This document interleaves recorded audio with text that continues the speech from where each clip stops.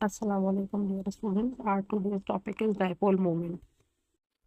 सो dear student, सबसे first बात इसमें मेनली ये होती है कि हम इस डाइपोल मोमेंट को कहाँ कहाँ पर इस्तेमाल करते हैं। तो डाइपोल मोमेंट को हम या इस वैल्यू को सिर्फ हम इसलिए इस्तेमाल करते हैं कि हम सबसे पहले ये आइडेंटिफाई करना चाहते हैं कि जो भी मॉलिक्यूल अंडर ऑब्जर्वेशन है वो आया कि पोलर होगा या नॉन पोलर होगा या आयनिक होगा, या कोवेलेंट है भी या नहीं है, या आयनिक बॉन्डिंग उसके अंदर प्रेजेंट है।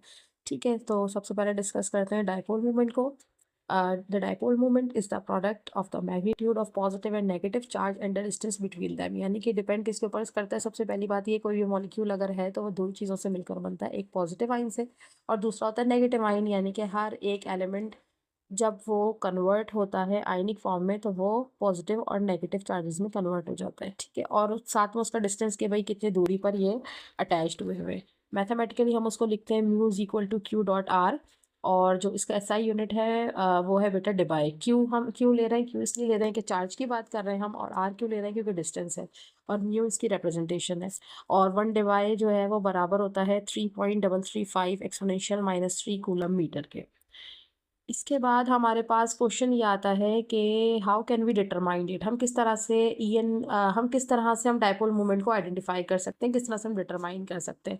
तो उसको हम इसके डिटर्मिनेशन जो है वो किसकी वजह से होती है? By the difference in E N value. E N का मतलब क्या है? It is electronegative values between the two atoms, यानी कि दो एटम्स के बीच में जो इलेक्ट्रोनेगेटिविटी की वैल्यूज होंगी वो कंसिडर होंगी। What is electronegativity? तो बेटा इलेक्ट्रोनेगेटिविटी एक ऐसी एनर्जी है जिसके ज़रिए कोई भी एटम दूसरे एटम के आउटर मोस्ट इलेक्ट्रॉन को अपनी तरफ अट्रैक्ट करता है गैशियस फॉर्म में।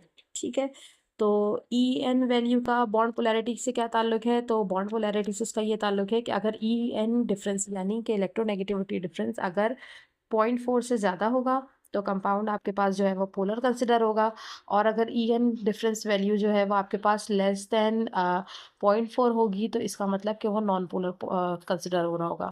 ठीक है, अच्छा, इसके बाद फिर नेक्स्ट है हमारे पास कि ई एन डिफरेंस वैल्यू अगर 1.8 से ज़्यादा है तो इट्स मीन कि वो आयनिक है।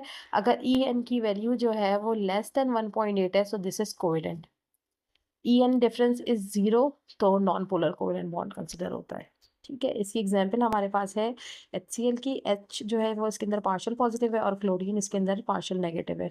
और डाइपोल मूवमेंट की अपना मैग्नीट्यूड भी होता है, डायरेक्शन भी होती है। मैग्नीट्यूड क्यों है? क्योंकि वैल्यू है तो इट्स मीन कि उसका मैग्नीट्यूड है। डायरेक्शन किस तरफ होगी? डायरेक्शन उस तरफ होगी लोअर से हायर की तरफ। तो हाइड्रोजन की जो ई एन वैल्यू है वो कम है एज कम्पेयर टू क्लोरीन, सो इसलिए एरो की जो डायरेक्शन है वो हाइड्रोजन से क्लोरीन की तरफ है।